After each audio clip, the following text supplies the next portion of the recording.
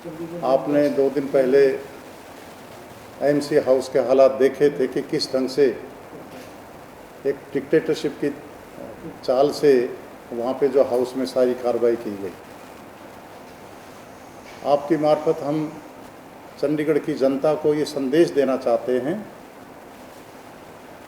कि MC house में जो बीजेपी की जातियाँ हैं,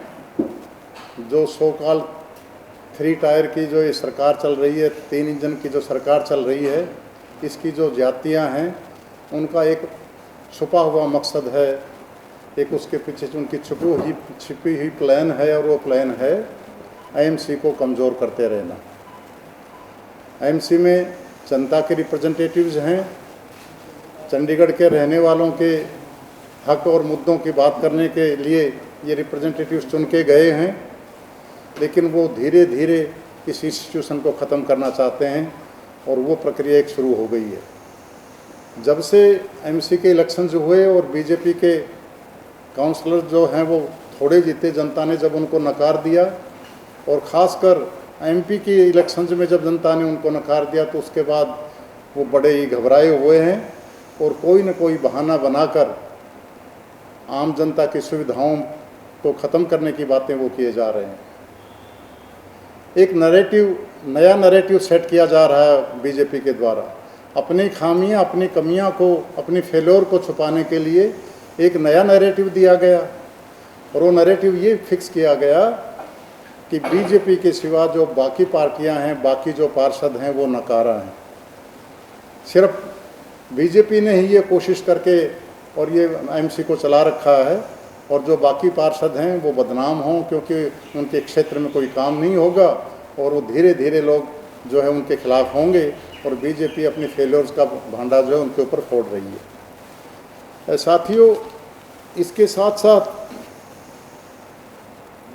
ये जो सोची समझी साजिश है पार्षदों को ख़राब करने के लिए, पार्षदों को बदनाम करने की, इसके साथ साथ जनता में एक नया नैरेटिव भेजा गया है, और वो नया नैरेटिव भी यही है कि आम आदमी पार्टी और इसके जो साथी संगठन हैं वो चंडीगढ़ की प्रगति नहीं चाहते, डेवलपमेंट नहीं चाहते।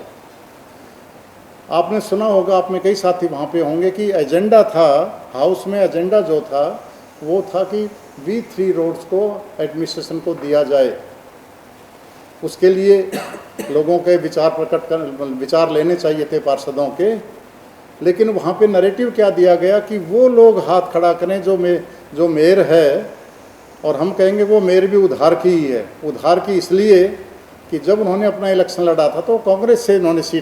अपना इलेक्शन लड़ा था, उसके नाम से लोगों ने उनको वोट दिए थे, लेकिन उन लोगों के साथ विश्वासघात करके अब वो इस स्टेज पे पहुंच गई हैं, और अब उन्होंने अपनी डिक्टेटरशिप शुरू कर दी है। उन्होंने नैरेटिव दिया कि वो लोग हाथ खड़े करो जो शहर में सड़क नहीं बनवाना चाहते, या वो लोग हाथ खड़ा करें जो शहर में सड़क बनवाना चाहते हैं। और जैसे ही इस नैरेटिव पे उन्होंने हाथ खड़े किए बीजेपी वालों ने, और उन्होंने कहा बस हो गया पास, एजेंडा पास हो गया, एजेंडा पास हो गया, और बाद में कह दिया कि अगला एजेंडा शुरू किया जाए। आप अचंभा करेंगे कि हमारे जो साथी थे, हमारे जो पार्षद थे, उन्होंने खड़े होकर कहा कि हम लोग अपनी कुछ विचार रखना चाहते हैं, हमारी बातें सुनी जाएं। हम इसके खिलाफ नहीं है कि शहर में डेवलपमेंट ना हो या सड़कें की रीकारपेटिंग ना हो, वो भी चाहते हैं कि शहर की डेवलपमेंट हो, लेकिन उसमें कुछ थोड़ा सा अपने विचारों प्रकट करना चाह रहे थे। और उन विचारों में जो सबसे ज़रूरी बात थी वो ये थी कि जो V3 रोड्स हैं ये ऐसी रोड्स हैं जहाँ जो सेक्टर्स को डिवाइड करती हैं, लेकिन इससे बदतर हालात तो बाकी जो शहर की सड़कें हैं, खासकर V5 और V6। V5 हैं जहाँ मार्केट्स हैं उनके सामने जो सड़कें हैं, V6 हैं जो स्ट्रीट्स हैं, जो लोगों के रहने के घरों के सामने से जो सड़कें जा रही हैं। हालात देखिए, राम दरबार का हालात देखिए, बड़ैल का देखिए, बाकी 27 सेक्टर का देखिए, कचहरी का देखिए, जो हालात, और बाकी गाँवों का देखिए, सेक्टरों का देखिए कि घरों के सामने जो सड़क हैं वहाँ जल भराव ज़्यादा है, उनकी रिकारपेटिंग होनी चाहिए। हम ये चाहते थे कि अगर आप V3 को कारपेटिंग करना चाह रहे हो तो इसके साथ साथ जो जन समस्या खड़ी हो रही है, जो लोगों को समस्या खड़ी हो रही है, आप प्लीज़ उनको साथ उसके बारे भी कुछ सोचिए। अगर ये 45 करोड़ रुपए आपको असिस्टेंस मिल रहा है